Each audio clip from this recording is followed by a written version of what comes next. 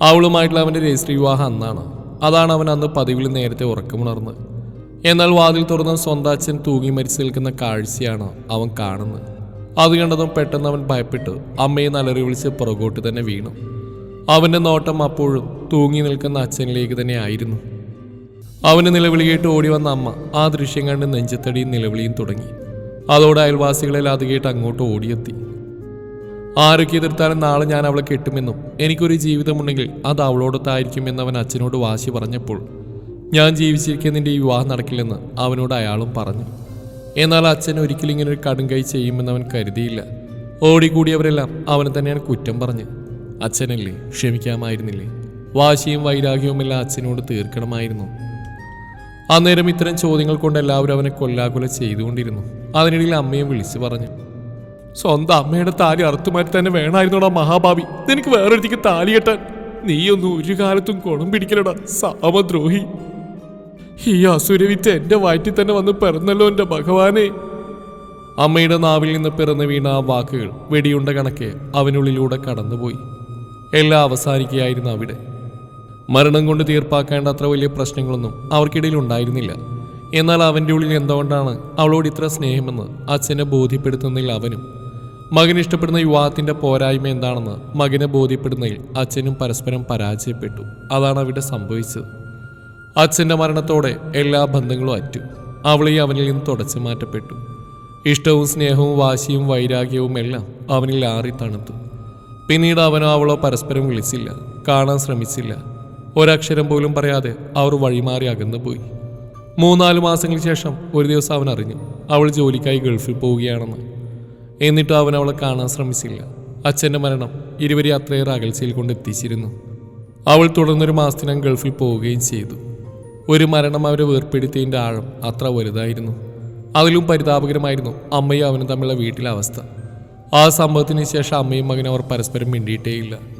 അമ്മ ഉണ്ടാക്കി വെക്കുന്ന ഭക്ഷണം ഒന്നും മിണ്ടാതെ അവൻ കഴിക്കുകയും അമ്മക്ക് ആവശ്യമായ പണം അമ്മയ്ക്ക് എടുക്കാൻ എളുപ്പത്തിൽ ഒരു ഡപ്പിയിലാക്കി മേശപ്പുറത്ത് വെക്കുകയും ചെയ്യും.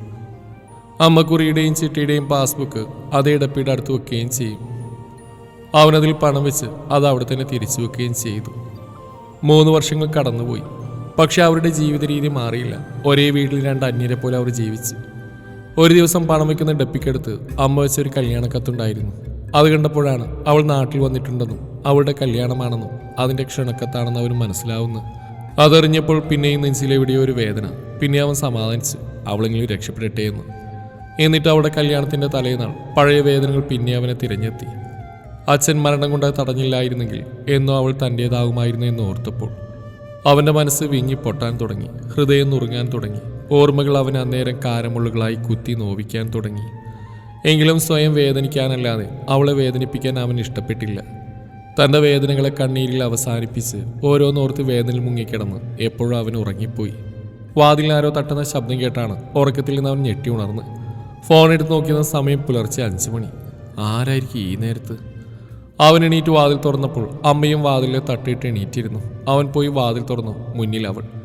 പെട്ടെന്ന് അവർ ഇരുവർക്കും അതൊരു ഷോക്കായിരുന്നു. ഇങ്ങനെ ഒരു ദിവസം അവരവളെ പ്രതീക്ഷിച്ചില്ല. അവൾ അവന് നേരെ ചെറിയൊരു കടലാസത്തുകൊണ്ട് നീട്ടിക്കൊണ്ട് പറഞ്ഞു, ഇതെന്നെ കെട്ടാൻ വരുന്ന ആളുടെ നമ്പരാണ്. ഈ സമയം വരെ ഞാൻ അവരുടെ സാവകാശം വാങ്ങിയിട്ടുണ്ട്.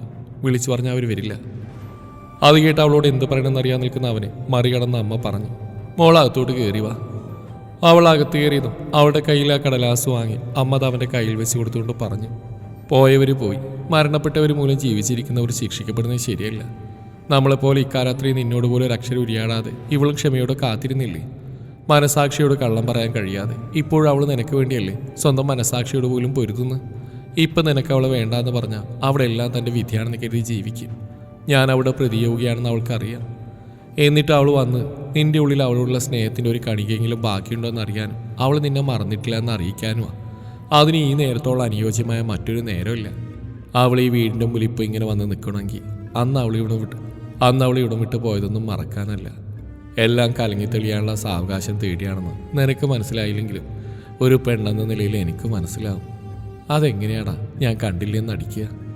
അവളുടെ സ്ഥാനത്ത് മറ്റൊരു പെണ്ണായിരുന്നെങ്കിൽ ഈ കാലം കൊണ്ട് മറ്റൊരുവൻ്റെ ഭാര്യയായി അവൻ്റെ കുഞ്ഞുങ്ങളെയും പ്രസവിച്ച് ഒതുങ്ങി കൂടിയേനെ.